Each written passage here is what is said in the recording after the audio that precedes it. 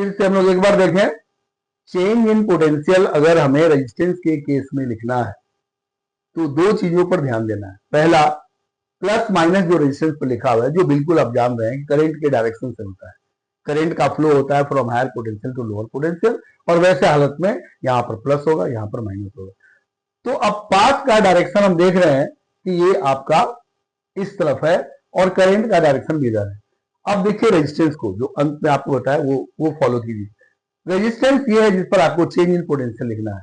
आप देखिए कि पाथ के डायरेक्शन में रेजिस्टेंस का अंतिम पॉइंट के सामने क्या है, माइनस है कि प्लस है। अगर माइनस है तो चेंज इन पोटेंशियल आपका नेगेटिव होगा, उसमें कुछ नहीं देखना है कि लॉस हो रहा है कि गेन हो रहा है, आप वहां माइनस देख लीजिए। अब देखिए दूसरे पाथ में, देखिए नीचे वाले पाथ में हम बी से ए की तरफ डायरेक्शन इसका दिए हुए हैं। यहाँ पर रेजिस्टेंस का इस डायरेक्शन वाला जो अंत पॉइंट है उसके ऊपर क्या लिखा हुआ है, प्लस लिखा हुआ है। इसका मतलब कि चेंज इन पोटेंशियल यहाँ पर पॉजिटिव होगा। वहां पर आपको कुछ ध्यान नहीं देना है कि नेगेटिव है कि पॉजिटिव है, माने हम करंट का माने किस डायरेक्शन में फ्लो हो रहा है, इससे कोई मतलब नहीं है। मतलब आपको सिर्फ ये देखना है कि प्लस और माइनस, यानी पाथ के डायरेक्शन में अगर रेजिस्टेंस का लास्ट पॉइंट अगर नेगेटिव है तो नेगेटिव होगा चेंज इन पोटेंशियल। अगर पाथ के डायरेक्शन में अगर वो पॉजिटिव है तो चेंज इन पोटेंशियल पॉजिटिव होगा। तो ये बात बिल्कुल क्लियर हो गया कि अगर किसी सर्किट में रेजिस्टेंस लगा हुआ है तो रेजिस्टेंस पर चेंज इन पोटेंशियल यानी डेल्टा वी के वैल्यू पॉजिटिव या नेगेटिव को हम समझ सकते हैं। कैसे? पाथ के डायरेक्शन से। पाथ का डायरेक्शन सिर्फ ये बताता है कि हमें किस पॉइंट से किस पॉइंट की तरफ जाना है, और करंट का डायरेक्शन हमें ये बताता है कि रेजिस्टेंस पर किस तरफ प्लस होगा और किस तरफ माइनस होगा। क्योंकि हम सब जानते हैं कि करंट का फ्लो फ्रॉम हायर पोटेंशियल से लोअर पोटेंशियल की तरफ होता है। हायर पोटेंशियल होगा तो वहां पर प्लस लिखेंगे, लोअर पोटेंशियल होगा तो वहां पे हम माइनस लिखेंगे। अगर मान लेते ये रेजिस्टेंस अगर हम बनाते और इस रेजिस्टेंस में करंट का अगर डायरेक्शन ये दे दिया जाता, करंट का डायरेक्शन अगर ये दे दिया जाता तो वैसे हालत में ये प्लस हो जाता और ये माइनस हो जाता। और फिर अगर हमें ए से बी पाथ बनाना हो, यानी ए से बी अगर हमें जाना हो, तो हम देख रहे हैं कि यहां पर नेगेटिव से पॉजिटिव यानी लोअर पोटेंशियल से हायर पोटेंशियल जा रहे हैं, मतलब कि potential change in potential positive होगा। जो हम अभी जो बताया मेथड, उस मेथड से भी देख सकते हैं कि पाथ के लॉन्ग चलिएगा और रेजिस्टेंस जिस पर चेंज इन पोटेंशियल निकालना है उसका लास्ट पॉइंट देखिए, लास्ट पॉइंट के सामने क्या लिखा हुआ है, प्लस लिखा हुआ है। प्लस क्यों लिखा हुआ है? क्योंकि करंट का डायरेक्शन इस तरफ है। तो वैसे हालत में यहाँ डेल्टा वी का वैल्यू क्या हो जाएगा, पॉजिटिव हो जाएगा। अगर उसको चेंज कर दे, उल्टा कर दे, अगर पाथ का डायरेक्शन बी से कर दे तो वैसे हालत में लास्ट पॉइंट इसका माइनस में होगा तो डेल्टा वी का वैल्यू माइनस होगा। तो अब ये बिल्कुल क्लियर हो गया कि रेजिस्टेंस में अगर हमको चेंज इन पोटेंशियल लिखना है तो वैसे हालत में पाथ के डायरेक्शन के तरफ हमें देखना है कि रेजिस्टेंस का अंतिम हिस्से पर प्लस है या माइनस है। अगर प्लस है तो चेंज इन पोटेंशियल प्लस होगा, माइनस है तो चेंज इन पोटेंशियल माइनस होगा। ये बात बिल्कुल क्लियर हो गया। पाथ ये बताता है कि हमें किस पॉइंट से किस पॉइंट की तरफ जाना है। करंट का डायरेक्शन ये बताता है कि कहां पर रेजिस्टेंस का प्लस होगा और कहां पर रेजिस्टेंस का माइनस होगा, क्योंकि करंट का फ्लो फ्रॉम हायर पोटेंशियल से लोअर पोटेंशियल की तरफ होता है। मुझे लगता है कि बात बिल्कुल क्लियर हो गया होगा, कहीं इसमें दिक्कत नहीं है। तो चेंज पॉजिटिव या नेगेटिव को याद रखने के लिए आप याद रखें, पाथ पर देखें कि उस रेजिस्टेंस का अंतिम छोर कौन है। अगर अंतिम छोर प्लस लिखा हुआ है तो डेल्टा भी प्लस होगा, अगर अंतिम छोर पर माइनस लिखा हुआ है तो डेल्टा वी का वैल्यू क्या होगा, नेगेटिव होगा। इसमें कोई कंफ्यूजन नहीं है। अब हम लोग एक दूसरे की बात करें, दूसरे एलिमेंट की बात करें, सेल। सेल पर क्या होता है?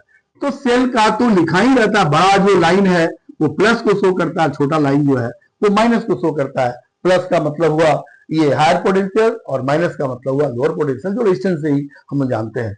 अब यहाँ पर पाथ अगर हम ऐसे लेते हैं ए से बी की तरफ, तो आप यहाँ देख रहे हैं कि प्लस और माइनस सेल से ही रिप्रेजेंट है, सेल से ही वहां पता चल रहा है। इसलिए यहां पर करंट का डायरेक्शन कुछ भी हो उससे कोई मतलब नहीं है। करंट के डायरेक्शन को सेल के केस में नहीं देखना है, सिर्फ आपको देखना है पाथ।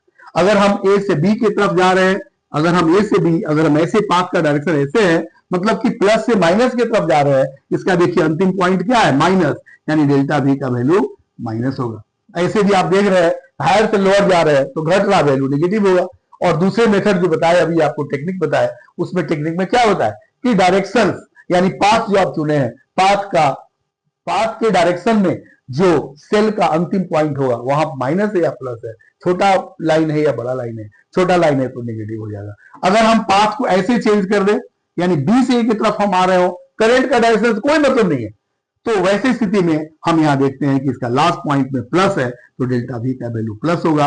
और आप ये भी देख रहे हैं कि ऐसे भी आप पहले जो आप पढ़े हैं डिफरेंट सोर्सेज से, उसमें भी आपको पता होगा कि हायर से लोअर से हायर जाने पर पॉजिटिव होता है। यहाँ पर लोअर से हायर जा रहे हैं कि हायर से लोअर जा रहे हैं उससे मतलब नहीं है, मतलब सिर्फ ये है पाथ के डायरेक्शन में हम जा रहे हैं तो अंतिम पॉइंट में क्या है, अंतिम पॉइंट नेगेटिव है तो डेल्टा भी नेगेटिव, अंतिम पॉइंट अगर पॉजिटिव है इस डायरेक्शन के लिए तो डेल्टा भी का वैल्यू पॉजिटिव हो जाएगा।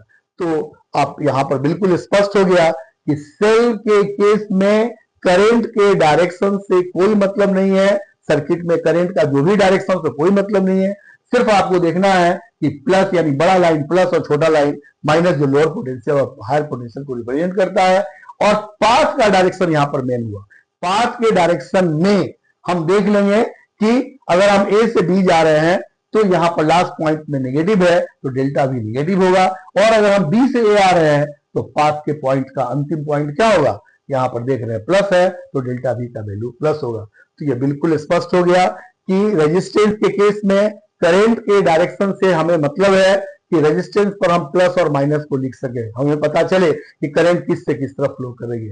लेकिन जब हम सेल की बात करते हैं तो उसमें करंट किसी भी डायरेक्शन में फ्लो करे उससे कोई मतलब नहीं है, मतलब ये है कि पाथ का डायरेक्शन हमारा क्या है, और पाथ के डायरेक्शन में हम देखते हैं कि सेल का अंतिम पॉइंट जो है, पाथ के डायरेक्शन में सेल का अंतिम पॉइंट आपका नेगेटिव है कि पॉजिटिव, यानी छोटा लाइन है कि बड़ा लाइन है। अगर नेगेटिव है तो डेल्टा भी नेगेटिव होगा, और अगर पॉजिटिव है तो डेल्टा भी का वैल्यू पॉजिटिव होगा। इस तरह से किसी भी सर्किट में हम अगर ये देख, अगर हमें पोटेंशियल डिफरेंस का वैल्यू पॉजिटिव और नेगेटिव के रूप में लिखना है तो उसमें कोई दिक्कत नहीं होगी।